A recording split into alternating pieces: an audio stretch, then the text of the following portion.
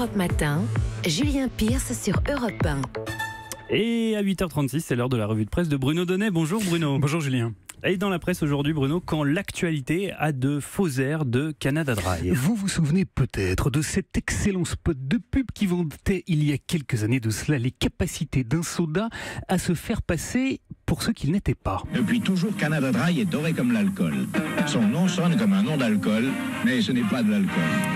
Eh bien, en parcourant la presse ce matin, on a un peu l'impression de voir le slogan de cette pub s'étaler sur toutes les pages de nos journaux, tant le nombre de mystifications force la stupéfaction. Et le tout premier sujet concerne un drôle de zèbre. C'est le site d'information en ligne Combini News qui rapporte l'histoire. Figurez-vous qu'un parc zoologique du Caire, en Égypte, a eu l'idée saugrenue de maquiller un âne en zèbre. Ses rayures noires étaient en fait tracées avec de la peinture, une peinture qui, c'est pas de bol, a fondu sous l'effet des fortes chaleurs, rendant donc la supercherie visible de tous. Lui ne porte pas de rayures, mais à en croire la plupart de nos journaux, il se serait tout de même très sérieusement déguisé. Lui, c'est Alexandre Benalla, et le moins que l'on puisse dire, c'est que les 3 interviews auxquelles il s'est livré en 3 jours font braire bon nombre de nos confrères. À droite, l'opinion pointe le storytelling et la défense bien huilée d'Alexandre le Malin, tandis qu'à gauche, l'humanité s'emporte contre ce chargé de mission séduction dans les médias. Mais le plus remonté, eh bien, vous le trouverez sur le Huffington Post qui publie quelques-uns des tweets les plus véhéments du week-end, au premier rang desquels figure incontestablement celui de Bruno Gassio qui écrit à propos des apparitions médiatiques d'Alexandre Benalla: Pimp my barbouze, relookage express. L'ancien auteur des Guignols qui a remarqué, comme Libération qui publie sa photo l'œil goguenard, que l'ancien collaborateur d'Emmanuel Macron s'était rasé la barbe et qu'il apparaissait désormais flanqué de fines lunettes. Gassio qui poursuit donc son tweet et sa dénonciation de la mystification. Par ces mots, tu peux emballer du crottin dans du papier de soie tant que tu veux, ça deviendra jamais des truffes.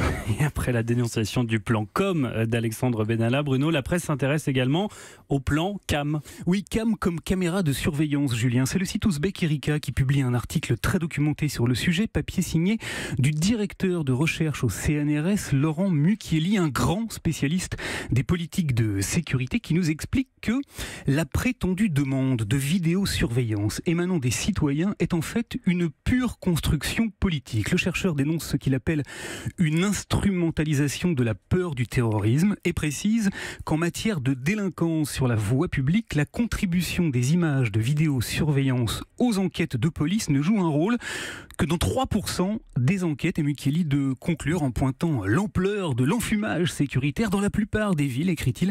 Les systèmes de vidéosurveillance sont détournés de leur usage et servent en réalité à faire de la vidéo-verbalisation en repérant les petites infractions routières de la vie quotidienne. Alors si vous nous écoutez en voiture, reposez immédiatement votre téléphone portable et souriez, vous êtes filmé. Et des contraventions aux impôts, Bruno, il n'y a qu'un pas que franchit allègrement le site slate.fr.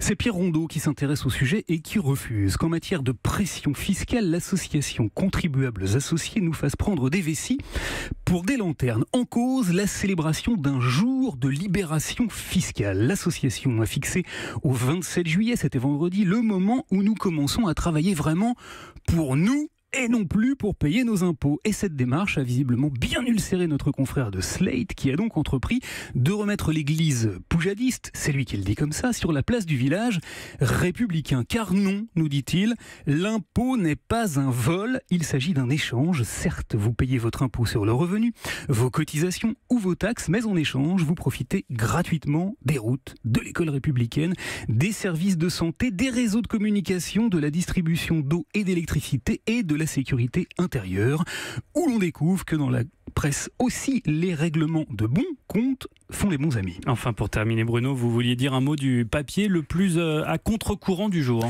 Oui, il est à lire dans les colonnes du Monde diplomatique qui s'est intéressé au paysan ardéchois Pierre Rabhi. Vous connaissez tous probablement cet apôtre de la décroissance et d'une écologie responsable. Il murmure à l'oreille de Nicolas Hulot, dont le journal prend soin de rappeler qu'il jouit aujourd'hui d'une popularité colossale dans l'opinion et dans les médias où ces théories sages et exemplaires rencontrent une fervente adhésion. Et bien sous le titre « Frugalité et marketing », Jean-Baptiste Mallet a mené une enquête minutieuse au sujet de ceux qu'il appelle le système Pierre Rabhi. Et ses conclusions sont extrêmement sévères et très inattendues. Il brosse en effet le portrait d'un homme en marge des conférences duquel des camelots vendent des machines de restructuration de l'eau par vortex, je ne sais pas ce que c'est, des gélules de protection de l'ADN ou encore des machines médicales à ondes scalaires vendues pour la rondelette somme de 8 000 €. Mais c'est pas tout, le monde diplomatique ajoute que nombre de ceux qui ont travaillé avec lui sont partis en claquant la porte, en se plaignant d'être exploités. Et enfin, le journal précise que celui qui se fait le chantre de l'ascétisme et du retour à la terre pour notre bonne santé a participé à l'université d'été du MEDEF et a reçu chez lui le directeur général de McDonald's France, le spécialiste de la junk food. Un papier extrêmement surprenant, vous disais-je, où l'on croit comprendre que certains zèbres autoproclamés pourraient bien camoufler des individus nettement plus amateurs de carottes qu'ils ne voudraient nous le faire croire. Bonne journée. Europe 1.